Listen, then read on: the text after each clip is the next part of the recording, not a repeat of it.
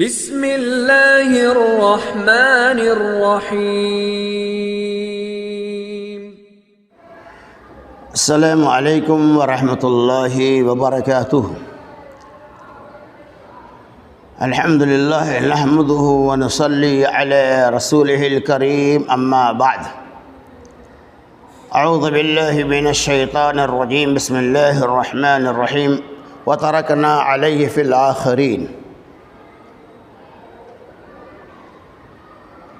محترم ناظرین کرام، جیسا کہ آپ جانتے ہیں کہ چند دنوں کے اندر قربانی کے ایام میں ہم داخل ہو جائیں گے۔ ہمارے بیچ ذی الحجہ کا مہینہ آ جائے گا اور لوگ پوری تن من دھن کے ساتھ قربانی کے جانوروں کو خریدیں گے۔ ایک ہمارے لیے بہت بڑا المیہ ہے کہ ہمیشہ ہر سال دکھایا جاتا ہے کہ جیسے ہی قربانی کا موقع آتا ہے کچھ ایسے لوگ پیدا ہو جاتے ہیں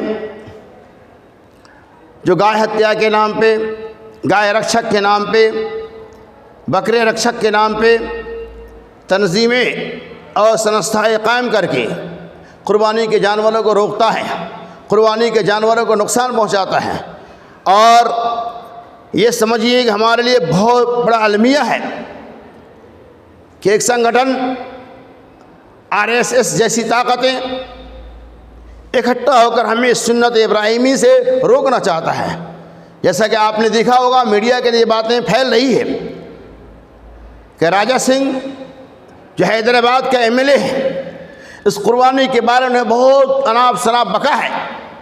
اس راجہ سنگھ نے یہاں تک کہا ہے کہ ہم کسی بھی حال میں قربانی نہیں ہونے دیں گے، اور جو قربانی کرے گا اسے بھی قربان کر دیا جائے گا۔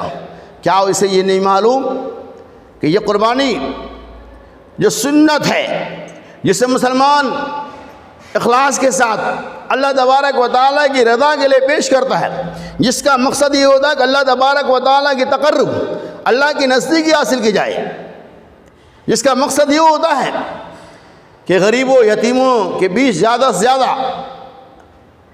قربانی کے گوشت کو بھیجوایا جائے۔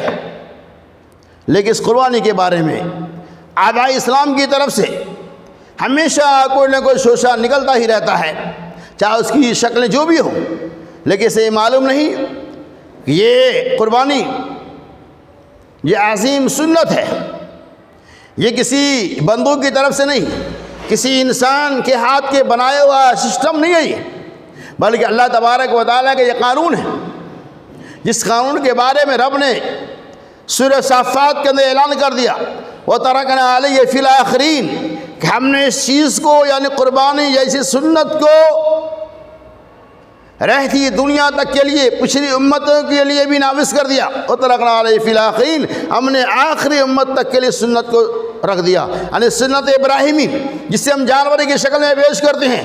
قرآن نے اعلان کر دیا یہ ہمیشہ کے لیے، یعنی آخری لمحہ تک یہ سنت زندہ رہے گی، اور یہ ہمارے نبی محمد صلی اللہ علیہ وسلم کا طریقہ ہے، یہ سنت نبویہ ہے، جس کے اوپر مسلمان ہر سال اپنی حلال کمائی سے جانوروں کو خریدتے ہیں۔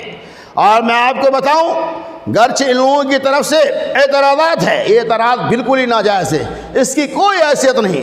رب کے کلام کے مطابق یہ فیصلہ ہے، مسلمان چاہے قربانی کے خلاف جتنی بھی پابندیاں آپ لگاؤ، لیکن مسلمان جسے قربانی کرنی ہے وہ کسی نہ کسی طرح سے سنت کے اوپر عمل کرے گا انشاءاللہ، اس میں کوئی شک نہیں ہے۔ میرے دوستو، بزرگوں، عزیز ساتھی، معلوم ہے آپ کو قربانی جو ہم کرتے ہیں گائے، دمبا، اونٹ، بکرا وغیرہ کی شکل میں، اس کے بے شمار فوائد انشاءاللہ کبھی اس موضوع پہ ہم کہ قربانی کے کیا فوائد ہیں دنیاوی اعتبار سے میں اس کی وضاحت کروں گا انشاءاللہ، کبھی نہ کبھی ویڈیو کے ذریعے آپ تک یہ باتیں آئیں گی۔ تو خلاصہ یہ ہے کہ راجہ سنگھ جو اعتراض کیا بالکل اعتراض غلط ہے، آپ گھبرائے نہیں، آپ کی نیت اگر صحیح ہے تو نیت کے مطابق اللہ تبارک و تعالیٰ آپ کو اجر دے گا۔ مسلمان ہر سال قربانی کرتے ہیں، کریں گے، اور کرتے رہیں گے. بس آپ اللہ تبارک و تعالیٰ سے اپنے رشتہ کو جوڑیے, اللہ تبارک و تعالیٰ سے تعلقات کو قائم کیجیے, اللہ تبارک و تعالیٰ کے لیے قربانی اور جو بھی عبادتیں ہیں آپ اللہ کو خوش کرنے کے لیے کیجیے. اللہ سے دعا کہ اللہ تبارک و تعالیٰ ہمیں ایسے پرفتن ماحول کے اندر بھی اس سنت کے اوپر عمل کرنے کی توفیق رفیق عطا فرمائے. آمین.